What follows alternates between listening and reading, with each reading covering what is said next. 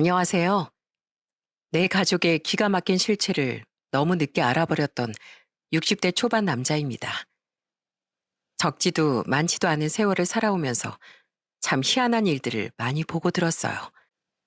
살다 보니 그렇게 세상엔 영화보다 기상천외한 일이 참 많다는 생각이 들더라고요. 하지만 그런 일들 중 손에 꼽히게 기가 막힌 일이 바로 제게 일어날 줄은 꿈에도 생각 못 했습니다. 이곳은 그런 황당무계한 일을 공유하는 곳이라기에 저 또한 한스럽고 창피한 제 사연에 대해 털어놓아 보려고 합니다. 저는 가난한 집의 장남으로 태어났습니다. 그리고 조금 늦은 나이인 34세, 4살 어린 아내를 만나 결혼을 했죠. 진호야, 아버지 해봐. 어? 아유, 당신도 참 애가 태어난 지 얼마나 됐다고 말을 하겠어요. 원래 옷가게에서 일하던 아내는 결혼을 하며 곧장 일을 그만두었습니다. 그 후 1년 뒤 임신을 하며 제 나이 36에 첫 아이인 아들을 제 품에 안겨주었죠. 아직도 아들의 갓난쟁이 시절을 잊지 못합니다. 저는 작은 몸으로 첫 배밀을 했을 때 오물거리는 입으로 처음 아바, 아바 하고 절 불러줬을 때, 그리고 열이 펄펄 나던 아들을 들쳐안고 열지도 않은 병원 문을 쾅쾅 두드리던 날들 전부를요. 물론 아들을 낳고 2년 뒤 낳은 딸 또한 눈에 넣어도 아프지 않을 정도로 소중했어요. 하지만 첫 아이인 아들에겐 형언하지 못할 애틋함이 남더라고요. 저는 아이들만은 저처럼 가난하게 살게 하고 싶지 않았습니다. 때문에 닥치는 대로 일을 하며 돈을 벌었어요. 저는 공장에 다니며 일용직 막노동을 했고 주말엔 시장에 나가 노상 장사를 하기도 했습니다. 자자, 골라요, 골라. 완전 떨이. 지금 안 사면 집에 가서 후회하는 떨이 팝니다. 헤, 골라요, 골라. 우리 아버지 집 가게 골라요, 골라. 그렇게 일만 하다 보니 아이들과 시간을 못 보내는 게 너무 미안했어요. 때문에 저는 시장 장사를 나갈 때면 아이들을 함께 데려가곤 했습니다. 시장 구경도 시켜줄 겸 아이들과 시간도 보낼 겸 해서 말이죠. 고맙게도 아이들은 지루해하지 않고 저와 보내는 시간을 좋아해 줬어요. 장씨, 집에서 엄청 좋은 아빠인가 봐. 그러니까 애들이 아빠를 저렇게 좋아하지. 애들도 아는 거죠. 제가 자기들을 엄청 사랑한다는 걸요. 저한테는요, 저희 애들이 전부나 다름없어요. 진호야, 희영아, 오늘 집에 들어갈 땐 엄마랑 너희들이 좋아하는 통닭 사가자. 우와, 우리 아버지 최고! 세상에서 제가 제일 최고라는 아이들의 말, 그 말 한마디가 저를 살아가게 하는 힘이었습니다. 저는 악착같이 돈을 모아 월세집에서 전셋집으로 아들이 고등학교에 들어갔을 땐 자가도 마련할 수 있었어요. 고생했어, 여보. 이게 진짜 우리 집이라니 속이 다 시원하다. 맨날 집주인 눈치 보랴 전세금 걱정하랴 짜증났는데 역시 난 당신이랑 결혼하길 잘한 것 같아. 아이들만큼이나 좋아했던 사람은 제 아내였습니다. 차근차근 이사를 하며 아내의 옷차림 또한 조금씩 달라졌었어요. 그래도 검소하게 절약할 줄 알던 아내는 월세에서 전세로, 전세에서 자가로 이사하며 옷과 신발, 가방과 화장품도 점점 고가로 사기 시작했죠. 솔직히 전 고생을 많이 해서 그런지 또래보다 나이도 훨씬 들어 보이는 얼굴이었습니다. 반면 항상 집에서 남아 관리의 버릇하던 아내는 나이보다 좀 어리고 예뻐 보이는 사람이었어요. 가끔 거울을 보면 아내와 너무 비교되는 제 외모에 초라한 마음도 들더군요. 하지만 이내 얼른 생각을 고쳐먹었죠. 남자가 얼마나 훌륭한 가장인진 자식들과 안 사람을 보면 안다고 했어. 우리 가족이 행복하면 그걸로 난 된 거야. 집사람도 힘들게 살림하고 애들 키우느라 얼마나 고생했겠어. 형편 입히면 그만큼 아내도 누릴 자격이 있는 거야.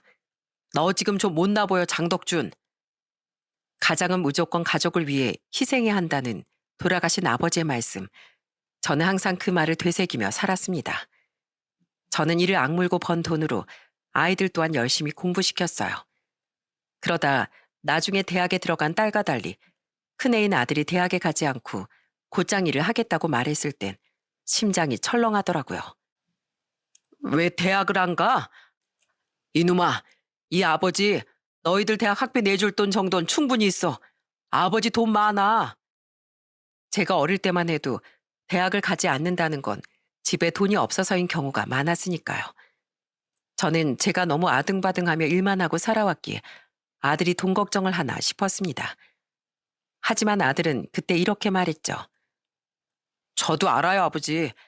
근데 저는 돈 때문이 아니라 음식 장사를 해보고 싶어요. 식당 취직해서 우선 밑바닥부터 배운 다음에 제 가게 차리려고요. 아버지, 요샌 전이랑 달라서 대학 나온다고 무조건 잘 사는 것도 아닌 시대잖아요. 저 한 번만 믿어주시면 안 돼요?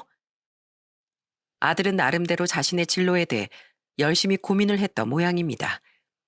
결국 저는 아들을 응원해주기로 했어요. 자식이 홀로 서게 하는 모습을 믿고 지켜봐 주는 거. 그게 바로 진정한 부모의 역할이라고 생각했으니까요. 만약 아들이 실패라면 그저 뒤에서 묵묵히 도와줄 생각이었죠. 하지만 그런 저와 달리 아내는 언젠가부터 일찌감치 돈을 벌기 시작한 아들의 돈을 자꾸 탐내더라고요. 얘 진호야, 너 어제 월급 받았지? 엄마가 여태 널 키워줬는데 이제 네가 엄마한테 용돈 주면서 살아야 하지 않겠니? 당신, 애가 돈을 벌기 시작했으면 잘 모으라고 도와줄 생각을 해야지. 왜 코 묻은 돈을 뜯으려고 들어? 애가 첫 월급 타서 우리한테 선물해 줬으면 됐지.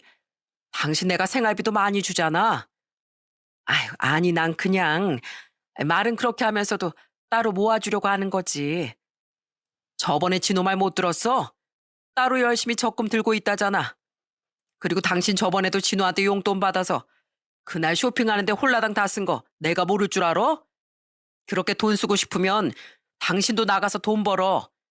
내가 벌어다 주는 돈이 적은 돈도 아닌데 그게 모자랄 정도면 당신이 직접 움직여. 저는 그런 아내가 답답했습니다. 제가 주는 생활비가 적은 것도 아닌데 대체 왜 저러나 싶더라고요. 제가 화를 냈음에도 불구하고 아내는 종종 아들에게 저 몰래 용돈을 요구한 것 같더군요. 착한 아들은 가끔씩이나마 자기 엄마에게 돈을 드리는 것 같았죠. 거기까진 그래도 괜찮았어요. 하지만 아들이 23살 때 제가 그동안 번 돈으로 동네 마트 하나를 차린 뒤 몇 달 뒤부터 아내의 씀씀이는 더 커지기 시작하더라고요. 여보, 나 생활비 좀 더 줘. 이번에 나갈 카드값이 모자라. 뭐? 내가 준 생활비는 벌써 다 어쩌고? 다 썼지. 요즘 물가가 좀 비싸.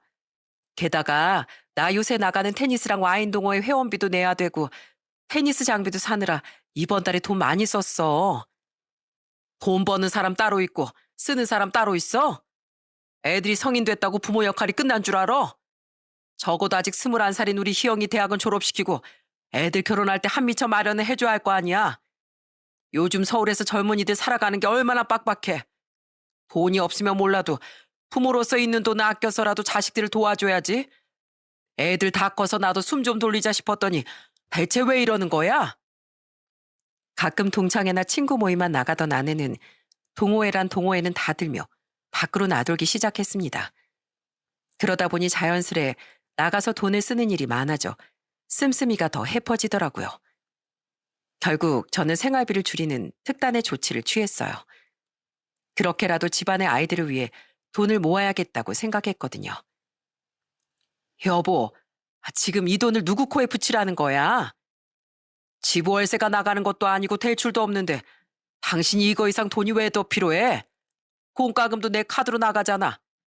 이만하면 다른 사람들은 취미생활 즐길 만큼 즐길 수 있는 돈이야. 당신 취미생활에 이것보다 더 큰 돈이 필요한 거면 이젠 당신이 직접 벌어서 써.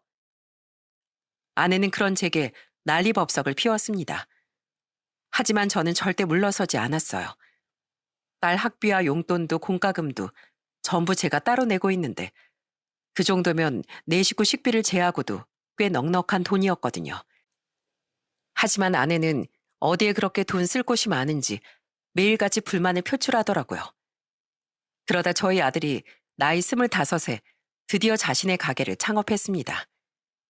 그때 저는 흔쾌한 마음으로 아들에게 창업 자금을 지원해 주었어요. 아니에요, 아버지. 저 돈도 모았고 대출도 받을 수 있어요. 넌 대학을 안 갔지 않니? 그러니까 너한테 못 대준 학비 대신 이 아버지가 주는 돈이라고 생각하거라. 대신 두 번째는 없어. 처음은 부모로서 도와주지만 그 뒤는 온전한 네 몫이란다. 그리고 아들아, 실패를 두려워하지 말고 처음엔 이것저것 다 도전해봐. 성공을 하든 실패하든 이번 창업은 네 인생에 아주 귀중한 경험을 남길 테니까 말이야. 그런데 그거란 아내가 또 노발대발을 하지 않겠어요? 나한텐 그렇게 돈을 아끼더니 그 큰 돈을 애한테 덥석 줬다고? 길바닥에 펑펑 버리는 돈이랑 자식 미래를 돕는 돈이랑 같아? 어쩜 그렇게 사람이 자기밖에 몰라. 진짜 서럽다 서러워. 당신 나 이렇게 괄시한 거 나중에 후회하지나 마. 정말 한숨이 나왔습니다. 솔직히 결혼 초반에 아내가 저런 모습을 보였다면 저는 진지하게 이혼을 고민했을 거예요. 하지만 이미 자식 둘을 낳고 20여 년을 함께 살아오지 않았습니까? 저는 그간 살아온 의리로 수도 없는 다툼을 감내하면서도 아내와 이혼 생각은 하지 않았어요. 함께 고생하며 아이들을 키워온 제 동반자이기도 했고 무엇보다 부모의 이혼으로 아이들의 마음에 상처를 주고 싶지 않았죠. 하지만 그런 아내의 무서운 실체에 대해 결혼한 지 27년이 지났던 어느 날 저는 알아버리고 말았습니다. 아버지, 마트 바빠요? 점심은 드셨어요? 전 지금 점심 장사 끝나서 한숨 돌리고 있어요. 어, 손님도 적당하고 밥도 먹었다. 너도 밥 챙겨 먹으면서 일해. 네, 정리마저 끝내면 직원들이랑 먹으려고요. 그래도 바쁘긴 해도 장사가 잘 돼서 너무 좋네요. 그래, 그건 참 다행이라고 생각한다. 우리 아들 누굴 닮아서 사업 수완도 그렇게 좋고 성실해? 다 아버지 닮은 거죠. 아시면서. 평생 성실한 아버지를 보면서 살았는데 어떻게 자식인 제가 성공하지 못할 수가 있겠어요? 당시 아들의 퓨전 음식점은 홍보도 잘 되고 맛도 좋아 나날이 매출이 늘어가고 있었습니다. 비록 창업한 지 1년 정도밖에 안 되어 갈 길이 멀긴 했지만 그래도 또래 웬만한 직장인들보단 더 많은 돈을 벌고 있었죠. 게다가 딸까지 대학 졸업 후 곧장 회사에 취업을 했으니 더없이 평온한 나날이 이어졌어요. 제 걱정거리라곤 나날이 사이가 멀어져가는 아내뿐이었습니다. 그런데 아들과 통화를 마친 어느 날 웬 남자가 마트 계산대에 있던 제게 다가오더군요. 저는 손님인 줄 알고 계산할 준비를 했어요. 그런데 그 남자는 대뜸 희죽 웃으며 제게 이런 말을 하더라고요. 장덕준 씨 맞죠? 예? 아, 예. 누구세요? 안녕하십니까? 저는 댁 집안의 엄청난 비밀을 알고 있는 사람입니다. 비밀이요? 네. 그게 뭔지 궁금하시죠? 황당했습니다. 모자를 눌러쓴 그 남자는 저보다 몇 살은 어려 보이는 초면이었어요. 그런 사람이 대뜸 와서 저희 집안의 비밀을 알고 있다니 얼마나 제가 황당했겠습니까? 정신이 이상한 놈인가 싶어 내쫓으려는데 그놈이 충격적인 발언을 하더군요. 이봐요. 뭐 잘못 잡섰으면 그냥 가쇼. 예? 어허, 아직 나 말 안 끝났어요, 장덕준 씨. 당신 아들 이름이 장진호죠? 당신이 25년간 키운 당신 아들. 사실 당신 친자식이 아닌 거 몰랐죠? 뭐라고요? 당신 뭐야? 내 아들 이름을 어떻게 알아? 당신 대체 누구야? 그놈은 뜬금없이 제게 저희 아들이 제 친자가 아니라고 말하더군요. 다른 건 몰라도 자식 이야기만큼은 예민했던 저는 그놈에게 버럭 화를 냈습니다. 그제야 그놈은 만족스러운 표정을 지으며 제게 기가 찬 본론을 말하기 시작했죠. 내가 누군지, 당신 아들 이름을 어떻게 알았는지 궁금하면 나한테 돈 주쇼. 그럼 내가 당신 아들에 대해 모든 걸 다 말해드릴게요. 뭐야? 이거 완전 제정신이 아닌 놈이구만. 내 아들은 이리 보고 저리 봐도 완전한 우리 아들인데 어디서 개소리야? 당장 나가, 썩 꺼져. 어허, 사장님 성깔이 장난이 아니시네. 뭐 오늘은 그냥 간만 보러 온 거니까 이만 가죠. 다음에 또 봅시다. 뭐 저런 정신 빠진 인간이 다 있나 싶더라고요. 그놈은 그렇게 기가 막힌 말을 늘어만 놓고 유유히 사라졌어요.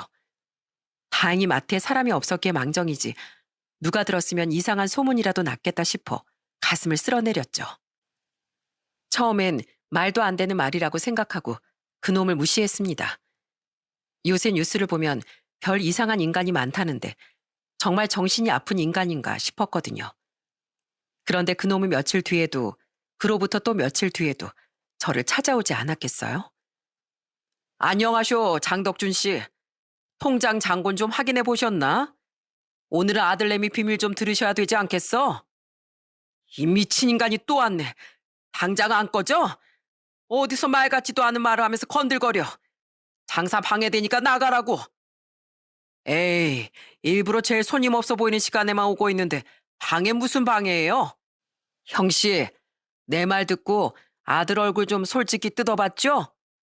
아들이 당신 별로 안 닮지 않았어요? 혹시 지금 현실 부정 중인가? 남자가 배알도 없지. 사나이답게 화끈하게 좀 구셔.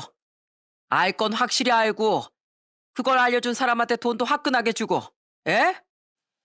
이 인간이 진짜 안 되겠다. 내 당장 경찰 부르라니까 거기서 딱 기다려. 아이고, 갑니다. 가요. 어디 궁금해서 미쳐보라지. 얼마나 버티나 두고 보자고. 내가 저번에 남겨준 내 연락처 있죠? 궁금하면 거기로 연락해요. 딱 보니까 현실 부정하면서 아내란 사람한테도 못 물어보고 있는 것 같은데 내가 돈만 주면 그 궁금증 시원하게 해결해 줄 테니까. 정 끝까지 돈 못 주겠다면 뭐 어쩔 수 없이 동네 소문이라도 내야 되려나? 소문 같은 소리 하고 있네. 너 우리 아들에 대해 헛소문 퍼뜨렸다간 내가 당장 고소해버릴 거야. 내 가족 건드리지 마. 저는 그놈을 계속 무시하려고 했습니다. 하지만 그놈의 말이 계속해서 제 머리를 맴돌더군요.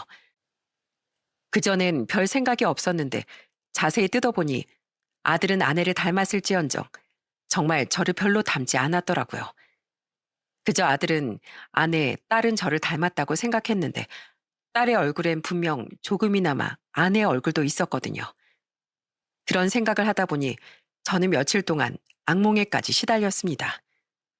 그렇다고 무턱대고 아내에게 그놈에 대해 말하며 뭔가 물어보자니 괜한 의심이면 아내에게 죄를 짓는 것 같더라고요. 결국 저는 찝찝한 마음을 해소하고자 가족들 몰래 친자 검사를 했습니다. 아들과 제 유전자뿐 아니라 아내와 딸의 것까지 모두 말입니다. 그렇게 받아본 결과는 충격 그 자체였죠. 말도 안 돼.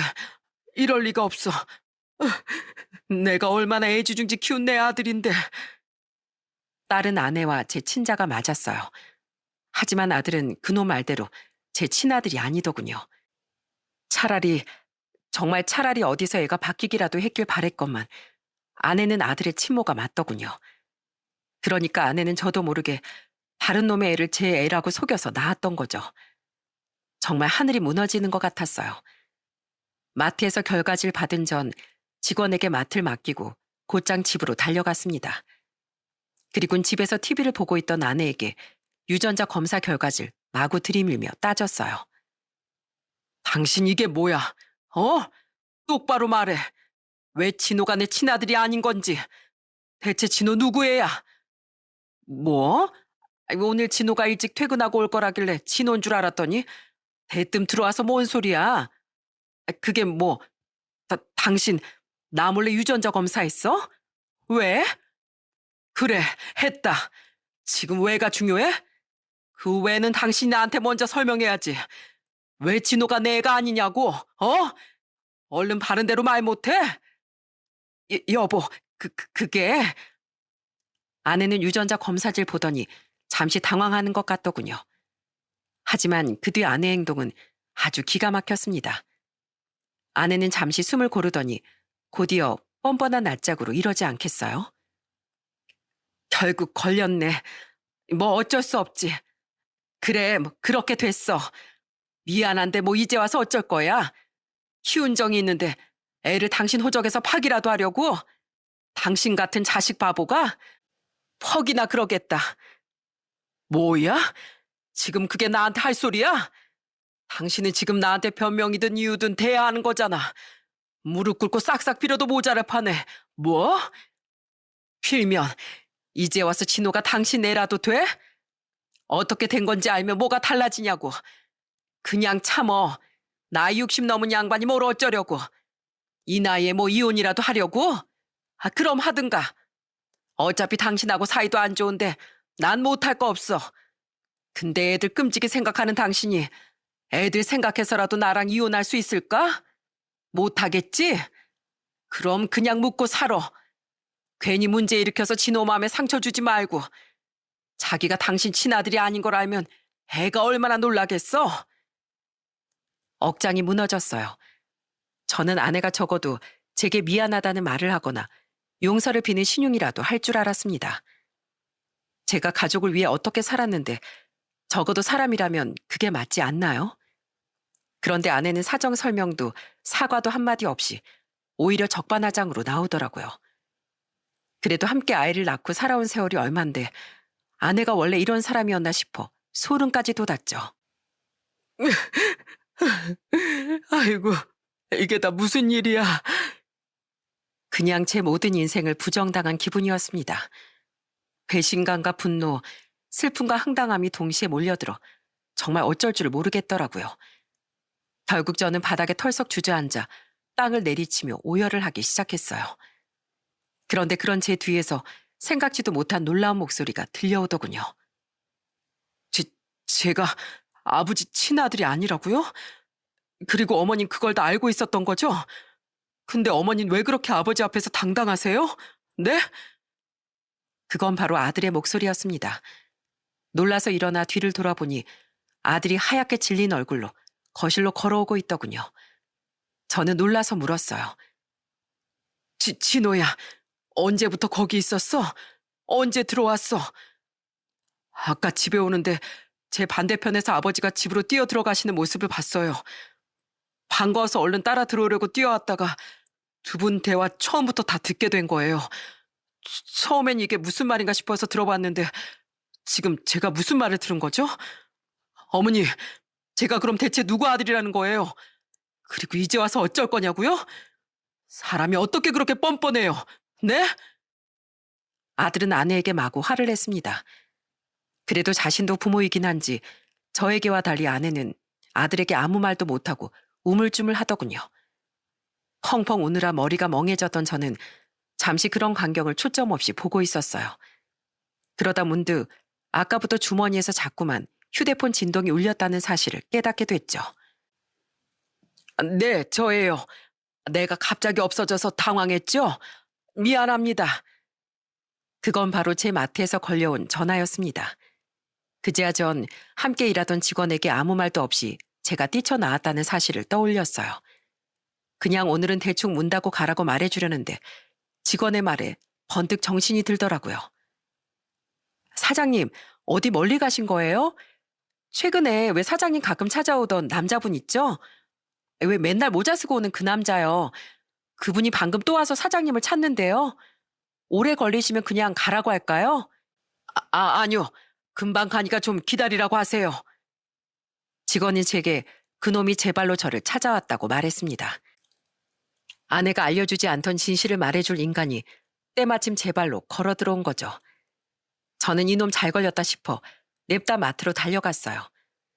사람이 눈이 돌면 뵈는 게 없다더니 그때 제 눈엔 잠시나마 제 뒤에 남은 아내와 아들이 보이지 않더라고요.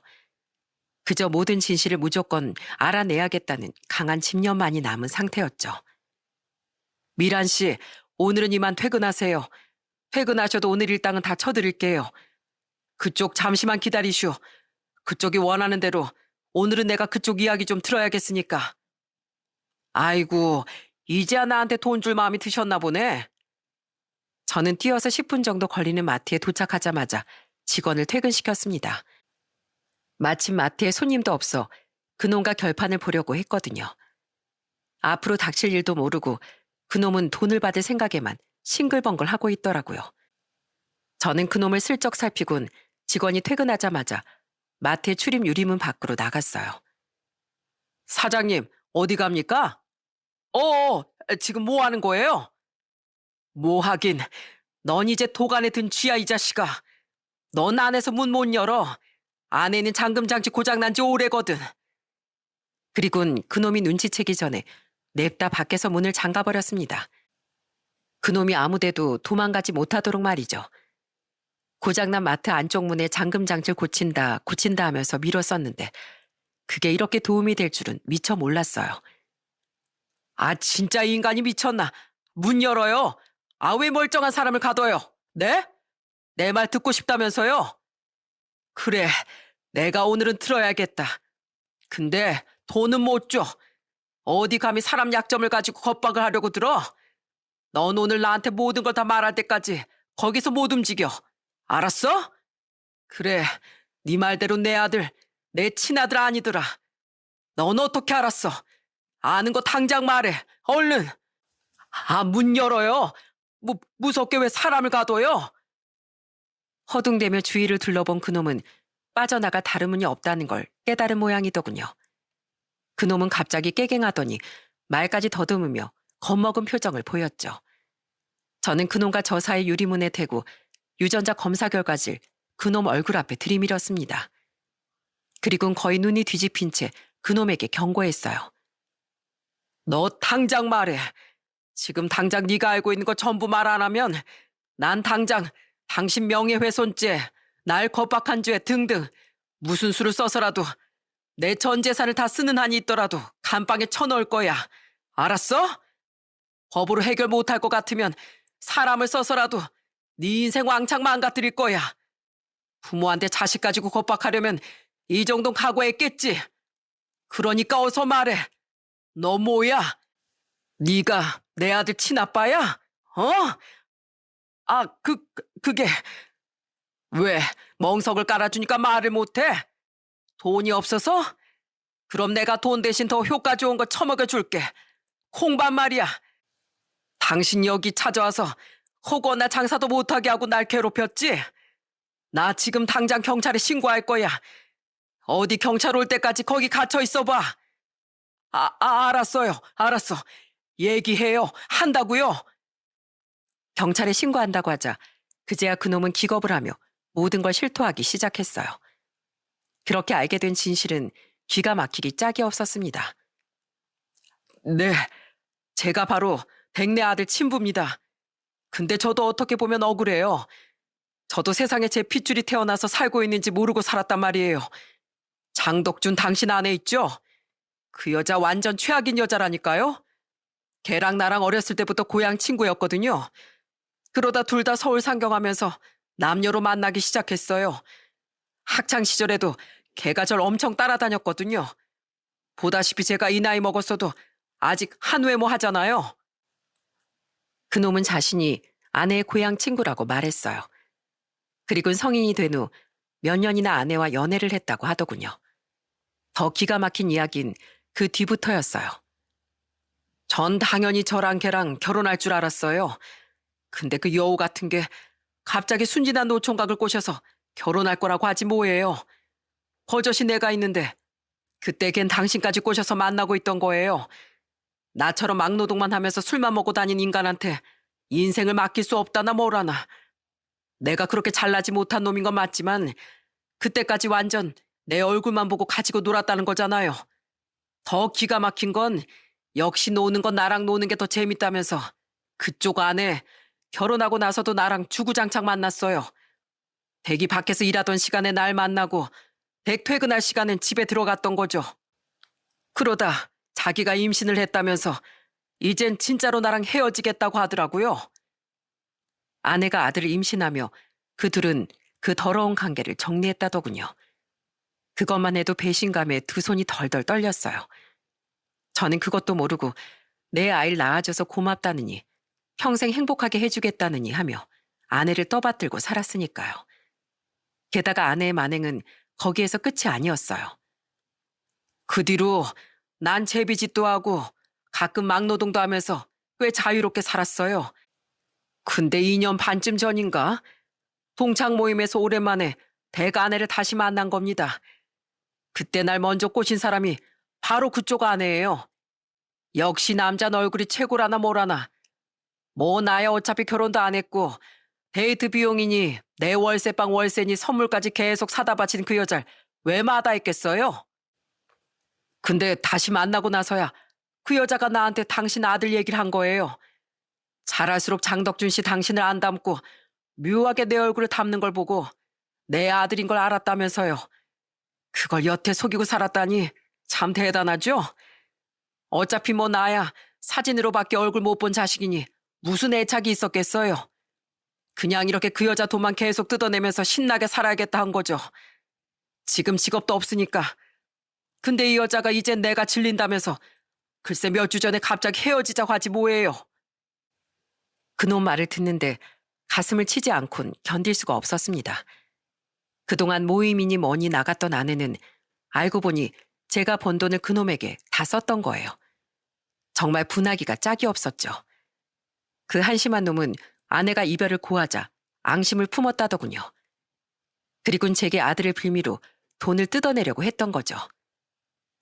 그 여자 덕분에 돈도 월세 걱정도 안 하면서 얼마나 편하게 살았는데 이제 와서 아무 일도 없었다는 듯 자기 혼자 잘 먹고 잘 살겠다고요? 흥, 어림도 없지. 그래서 찾아왔수다. 그 여자 없으면 나 혼자 당장 손가락 말고 살 수는 없잖아요. 그래서 그쪽한테라도 돈 뜯어내려고 온 거라고요. 뭐 못 뜯어내면 그 여자 인생이라도 이렇게 망하게 하려고요. 나 혼자 죽기 싫으니까. 이제 됐습니까? 이게 당신이 그렇게 알고 싶어 하던 진실이에요.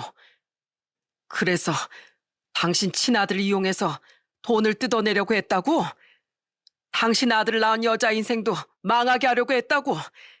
내 아내나 당신이나 정말 엄청난 쓰레기네. 여기까지 그 더러운 악취가 나는 것 같아. 25년 동안 키운 당신이나 애에 대한 애정이 있지.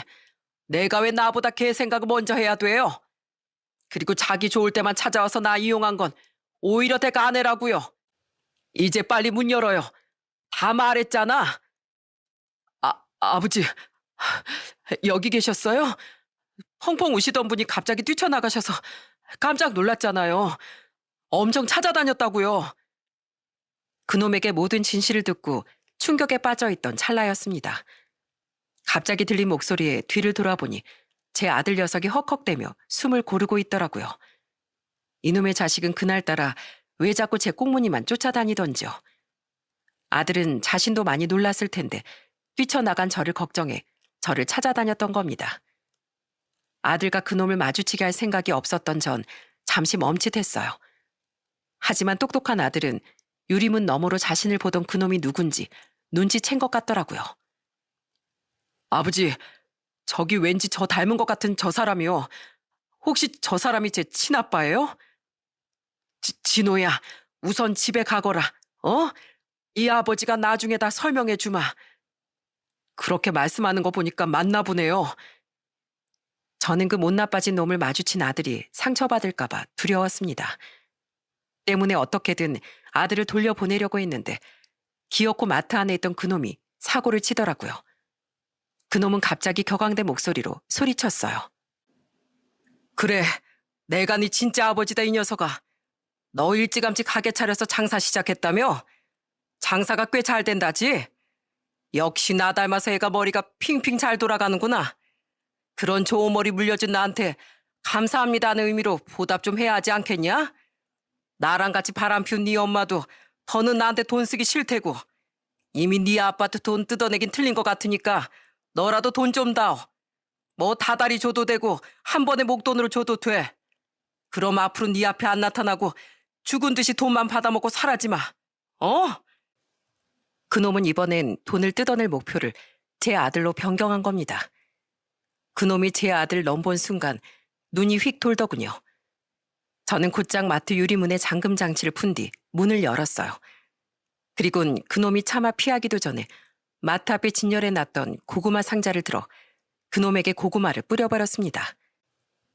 딱딱하고 큰 고구마 우박을 맞은 그놈은 억하며 바닥에 나동그라지더군요. 뭐? 아버지? 보다? 네가 내 아들한테 뭘 해줬다고 감히 아버지 소리를 해. 자식 돈에 침을 질질 흘리는 게 너나 내 아내라는 여자나 똑같이 추잡하다. 추잡해. 이 흡혈귀 같은 놈아. 넌 남한테 빈대 안 붙으면 살아가는 방법을 모르냐? 그럴 거면 진즉 벼룩 같은 벌레로나 태어나지. 왜 인두껍을 쓰고 태어나서 네 부모 얼굴에 먹칠을 해? 이 퍼러지 같은 놈 당장 꺼져. 아이고, 진호야.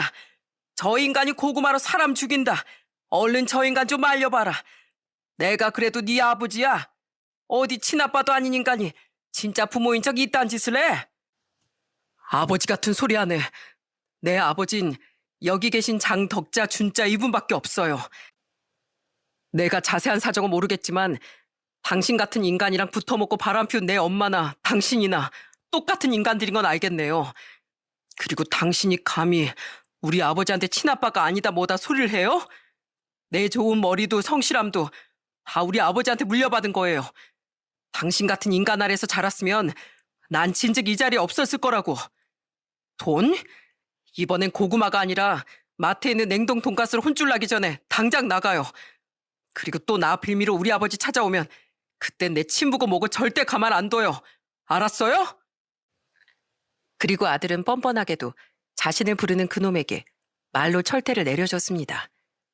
자신보다 나이도 훨씬 젊고 등치도 큰 아들의 윽박지름에 그놈은 주춤거리기 시작했어요. 저는 다시 한번 고함을 지르며 그놈을 완전히 쫓아내버렸죠. 뭘 멀뚱멀뚱 보고 있어? 꺼지라는 내 말 안 들려? 내 아들, 누가 뭐라고 해도 이 장덕준이 아들이야.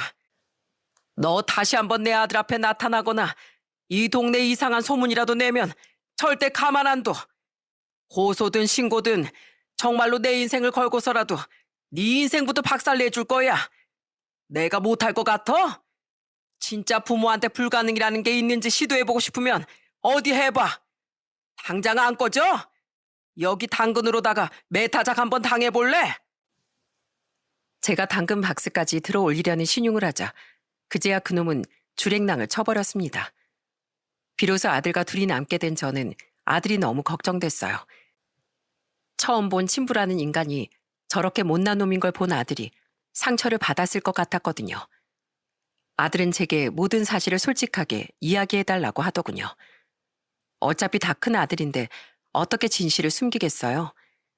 저는 조심스레 아들에게 모든 이야기를 털어놓았습니다. 그리곤 아들을 끌어안고 흐느꼈죠. 많이 놀랐지 우리 아들. 아버지가 저런 놈이랑 절대 못 마주치게 했어야 했는데 정말 미안하다. 아니 아까 너만 두고 나오는 게 아니었는데 너부터 살폈어야 했는데 미안하구나. 진호야, 누가 뭐래도 넌 내 아들이다. 네가 싫다고 해도 그건 바뀌지 않는 사실이야. 그러니까 어른들의 잘못으로 네가 상처받을 필요 없다. 아니에요, 아버지. 물론 놀라고 상처받긴 했어요. 하지만 그런 저만큼 아버지도 얼마나 놀라셨겠어요. 얼마나 어머니한테 배신감이 크세요. 전 괜찮아요, 아버지. 이 착한 거, 이 와중에도 내 걱정을 먼저 하는 게냐? 제가 착해서가 아니라 자신보다 항상 자식들을 먼저 생각하셨던 아버지를 누구보다 잘 알기 때문에 그럴 수 있었던 거예요. 그리고 아버지, 혹시 저랑 희영이 걱정 때문에 어머니랑 이혼을 고민하실 생각이면 그러지 마세요. 이미 저희는 다 컸고 저희 누가 뭐래도 아버지 행복이 우선이에요. 그리고 전 도저히 가족 모두를 평생 농락한 어머니를 용납할 수 없어요. 아버지, 전 항상 아버지 편인 거 잊지 마세요. 오히려 저를 위로해주는 아들의 말에 눈물이 쏟아졌습니다. 그리고 아들의 말에 한편으론 힘을 얻게 됐죠. 저는 그런 아들과 함께 집으로 향했어요.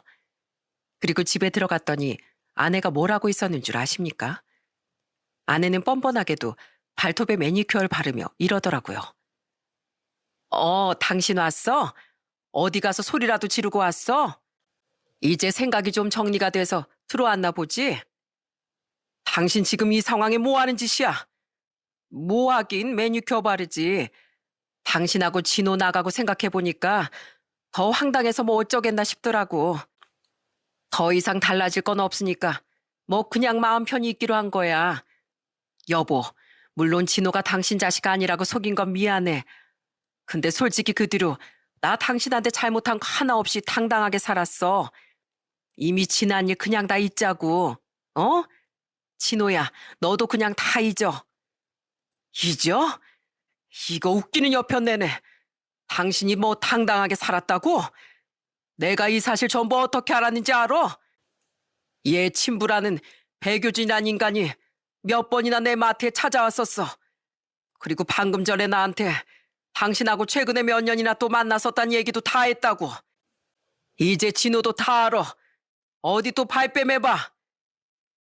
그 인간이? 아, 진짜 그 거지 자식. 기어코 마지막까지 나한테 똥을 뿌리고 가는구만. 괜히 얼굴에 꽂혀서 내가 네 팔잘 꽈어. 그래, 그랬다. 기왕 알게 된 거 이판사판이야. 이혼할 거면 진짜 해. 난 무서울 거 없어. 당신 알지? 원래 애들은 다 엄마 편인 거. 특히 우리 진호는 당신이랑 아무 상관도 없는 애잖아. 이혼하자고 하면 애들 데리고 내가 이 집 나갈게. 그럼 됐지?